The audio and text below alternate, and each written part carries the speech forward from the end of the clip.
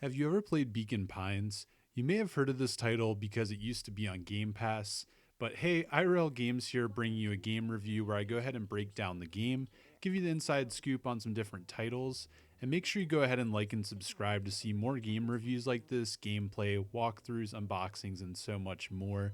And thank you for all of you that have been tuning into the channel. It means a lot to me, and I really appreciate it.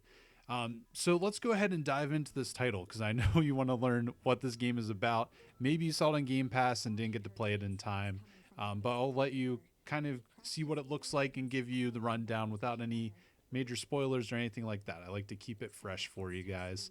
So if you're a fan of building your own story, maybe you had those build your own adventure books growing up, and I have covered some content like that on the channel before, but you will probably feel right at home, as this does have some shorter chapters as well. And I found that really enjoyable because you can just kind of pause at each chapter section if you want to, or keep moving on as the adventure pulls you into the story. This has cute little animal friends and a mystery that will pull you in pretty quickly, as I found out. I didn't originally know what this game was about. Um, as you guys may have seen some of my other videos, I covered the Frog Detective. I was like, another animal, another mystery. What are we in for here? But I will say this one feels like it's well polished, and I would say it goes a little bit more intense and less jokey like the Frog Detective. I would say that's more aimed toward a younger audience. This again may be aimed a little bit older. So any of the adults watching this video, you may find this a little bit more enjoyable than that title. But I did find that, like your own storybook, this allows you to unlock different sections as you play and read through it, and go through the adventure itself. Don't worry, I won't give away any major plot points or anything like that. But I did find that this game was, again, very well polished. With the town, it feels truly alive. You can kind of interact and talk with different people. And it's best played with sound as well. Some people may, have something else going on, have some music. But I did find that the music and the narrator help kind of build that suspense as you're playing the game. So again, make sure you have some headphones on or have your TV speakers on so you don't miss out on that real great story building experience. I do also recommend reading all the different dialogue points. You do have the narrator that talks, but again, you have the characters where they will have the sounds as you kind of see the text, but it I find draws you into the story a lot more if you read that. So that's just some good insider advice there if you want to get the full picture of the story and get the most out of your experience. This game is about 4 hours long with a guide, and it's probably about 6 to 8 without a guide. So if you're wanting to just kind of go around the adventure at your own pace, don't want to see any spoilers, that's definitely a good way to do that. Or if you want to have kind of that quick guided experience, you can also do the 4 hour walkthrough approach. Overall, I did give this game a 9 out of 10, mainly just because the story brought me in rather quickly. At first, I'm just like, okay, Beacon Pines, some animals, art kind of looks spooky, but also looks adorable. What are we kind of getting ourselves into here? And I will say that I did enjoy the times where you can go ahead and choose those different points and hoping for good things to come.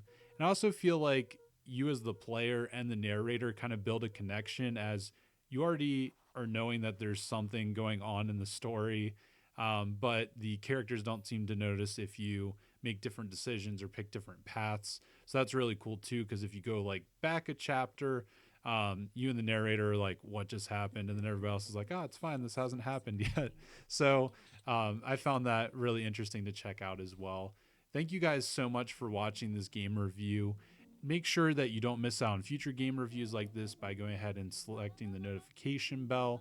Again, if you're looking for kind of that more intense story narrative side of things, like those shorter titles, this is going to be one that is really, really highly recommended in my opinion. Much like I know some people say like the Walking Dead games, things like that. Again, it's not the idea where it's the Walking Dead. It's just the idea that it's a short narrative title, if that makes sense. And let's go ahead and jump into the giveaway winner. But right after we go over the sponsor for today's video, have you ever been looking for a quick snack while gaming? Maybe some popcorn, jerky, candy? Well, you know, there's lots of different options out there, but the cool thing is Snacks for Games has you covered. And I'll go ahead and put the link down below. They'll ship these different snacks right to your house. And for a limited time, you can use the code IRL_games. And this gives you 10% off your entire purchase for a limited time again. So if you want to go ahead and order lots of items, you save more. So nothing hurts there. Maybe you and your friends all combine on an order, save the most there as well. And it also helps not only level up your gaming experience, but also helps support the channel. So it allows me to do more giveaways like the Inclinati one I'm about to do. And let's go ahead and dive into the winner of today's video. And I'm going to be doing more giveaways like this soon. So if you don't win, don't feel bad. Stay subscribed because, again, I've got more opportunities and you don't want to miss out on these great game reviews. So the winner is at PhilSill 1019. Sorry if I butchered that.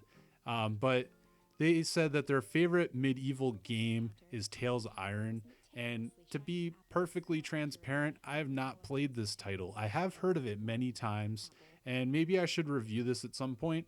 Haven't heard too much about the title, but I feel like if I've heard about it, it's good, or I would have heard negative stuff.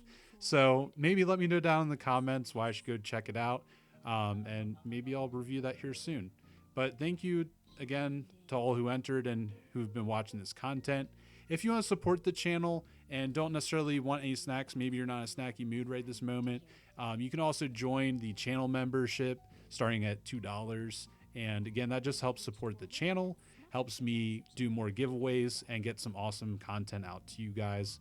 And if you can't support that way, that's all right. I also have practical options with the eBay store page. So that can allow you to get some good deals on games, tech, things like that, that are all gaming related. So you don't want to miss out on those opportunities either. Because again, I'm not like GameStop or anything. So it's just whatever I can get my hands on for a good deal for you guys and get that out to you. But thank you guys so much for watching. Again, if you want to support the channel, maybe you don't have any money to spend, that subscribe button's free. That comment button's free, so feel free to let me know what you thought of this review. Hopefully you guys found this enjoyable and insightful.